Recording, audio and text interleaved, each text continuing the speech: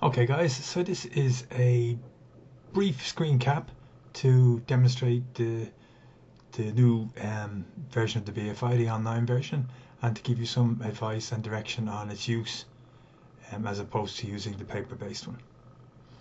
So I've posted up online on the LMS links to the new version that you can use with your clients, your candidates, by emailing them the link so they can actually take the questionnaire themselves. So what I'm going to do is just quickly go through the basics of it. So what you see here is the page that they'll come to when they click on the link. So what you'll have here is what I've done basically is taken the paper-based version of the BFI and I've converted it into an online version that can be administered and taken online from anywhere by anybody. So the idea behind this is that you will be on a Zoom call with your candidates, and they will click on the link while they're on with you, and they'll actually go through. You'll explain to them a little bit about, obviously, you initially hopefully build a little bit of rapport with them, have a chat with them about, why they might like to be doing it, and explain a little bit about the BFI to them and how it might be of help to them in terms of personal development, etc. And then you kind of get them to click on the link and bring them into the page here where you can explain a little bit more about the BFI itself. So what you have here is a very brief description, which is really only a very short abstract of the instrument itself. It contains the reference to the origins of the instrument. That's just a requirement in this kind of environment for copyright purposes, etc. And then we have the instructions that you're going to take your client through in administering this instrument and how you expect them to go about doing it and explaining it in a way that they'll approach it with the right frame of mind. So you can see here in the description part of it, here are a number of characteristics that may or may not apply to you. The following statements concern your perception about yourself in a variety of situations. Your task is to indicate the strength of your agreement with each statement. And then it goes on to give more direct instructions on how to go about completing the questionnaire. Please select one of the options for each statement to indicate the extent to which you agree or disagree with that statement. No right or wrong answers, so select the one that most closely reflects you and each statement. Be as honest and frank with yourself as possible. Take your time, consider each statement carefully. All questions should be answered. You might then just reaffirm the idea that there are no right or wrong answers and that really it's a self-report and it's what they're saying about themselves to a large extent. You might also, to preempt any kind of resistance when they see how many questions there are, because there are 44 questions, you can explain to them that there are 44 questions, but they're very short, multiple choice. Generally, you can go through them very quickly, and they'll have it done in a matter of minutes, as opposed to taking any amount of time or difficulty. And there's no difficulty in it because it's only asking them questions about themselves. However, you might also indicate to your candidates that you'll remain online with them as they complete it, just in case they have any difficulty in understanding any aspects of it as they go along, maybe some of the language or what the question is actually asking, and you'll be there to help them deal with that. When they're finished then, and we'll go through the process, but when they're finished answering the questions, they'll be able to click this button to get your results. Now if they try to click that before actually completing it, you'll see it comes up and it says you please choose only one answer. So they will have to answer each of the questions, otherwise it won't let them get the results. We'll go through what happens when you get the results in a second. But looking at the questions and the approach to answering the questions, so each one should be predicated by the statement, I see myself as someone who, and this helps personalize it for them. So they put that before each one of the statements, or see it before each one of the statements. I see myself as someone who, and the first question is talkative. You need to explain to them a little about the answering style for this. This is, you don't have to go into start using technical language like Likert scales, etc. But you can just tell them you've got 5 options here, and the options are kind of indicating how much you agree with the statement. So the statement is saying, I see myself as someone who is talkative. So how much do you agree or disagree with that statement? Now, in the middle we have neither agree nor disagree, but most people have some sort of a preference generally. So if you think you're talkative, you say agree. If you think you're very talkative and people struggle to shut you up, then you might put strongly agree, and disagree in the same fashion. If you think you're not that talkative and you tend to be quiet, disagree. If you're very quiet and rarely would interject with ideas, etc., strongly disagree. So that gives them an idea of the quality of the answering, and it is about likes, okay, and it's very important to understand it is about themselves and talking about themselves and how they see themselves. So once you've kind of got that across to them, you let them away, and they go off and they click on each one of them as they move along, go down through the questions until they're finished, and as I said, when they're finished, they then click on to get results. This will bring up a page similar to the one I'm going to show you now.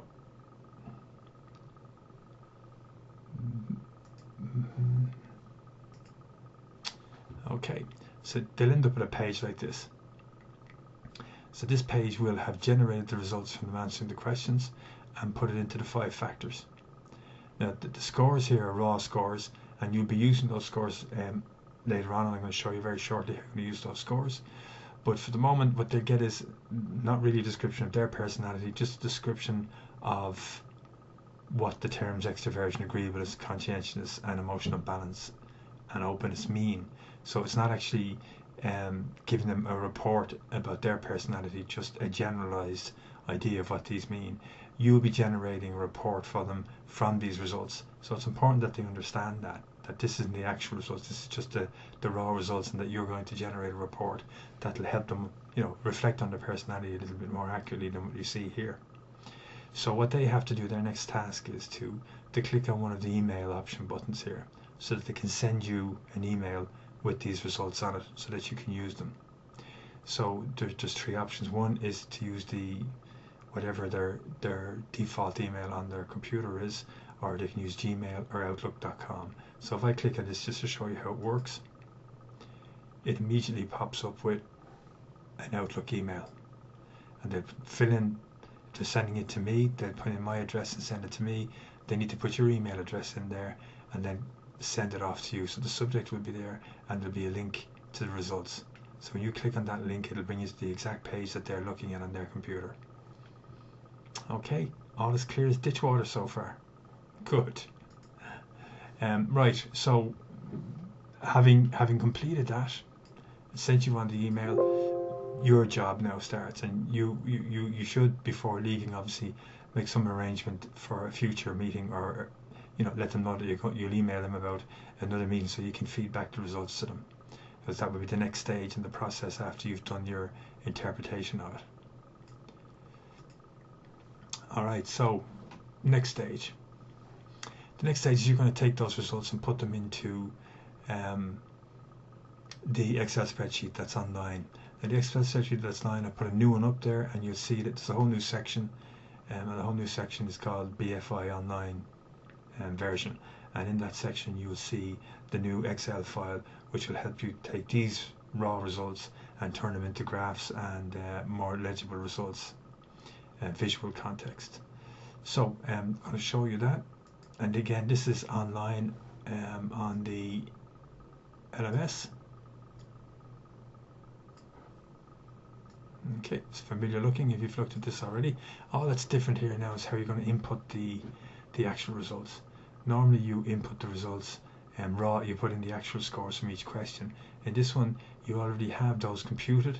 You're just going to put those raw scores for extroversion, agreeableness, conscientiousness, and emotional stability, and openness from the client's responses into this. So going back and looking at the client responses again very briefly, if I can get them up,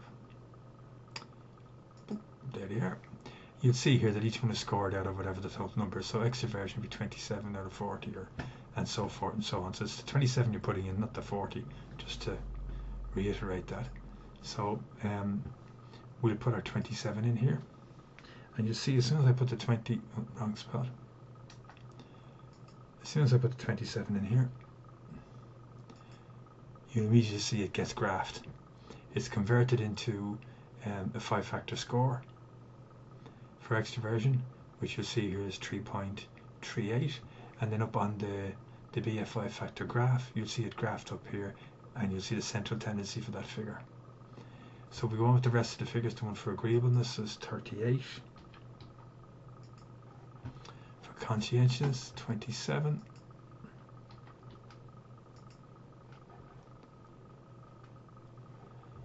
$37 for emotional stability, and 41 for openness. So that's all immediately graphed for you. So it takes it here, it's brought down into the 5-factor indicators, develops the BFI chart, which then goes over to the 5-factor graph. The one you will be using with your clients, the one that's most useful, is that 5-factor graph, because it displays the bipolar version of the BFI, with extroversion as being the primary factor and the opposing factor of introversion, agreeableness, competitiveness, and so forth. So, and instead of it being numbered or scored in any way, because the idea of a score or a figure can be confusing for people because they think it's a mark of some sort, and it's not. It's just indicating where you're on the continuum. So using this system here and using the letters, it's less confusing because they get to see where they are on the continuum. Where are they between both poles, and what the significance of that is. So what you'll be doing now with these scores here, or with this graph, is using this along with the interpretation guide to develop your report. We've already gone through the process of reporting and the manual details how to structure that report. So that's about it. I can answer any questions that you might have on it. If you have any difficulties with it, you know how to contact me, and if I need to explain further, I will do. But basically, they're just going to be administered the instrument online rather than face to face, and they'll be using the online version of it. It's easy. We've done it there in that space of time. It only takes a few minutes to do it. It only takes a few minutes to get the results up. Of course, the tricky part is now up to you, which is sitting down, making sense or interpreting it for the client, and producing a report for them, which you'll send on to them later and feed back to them. Okay? So, hope that's been of some use. And as I said, if you run into difficulties, you know how to get hold of me.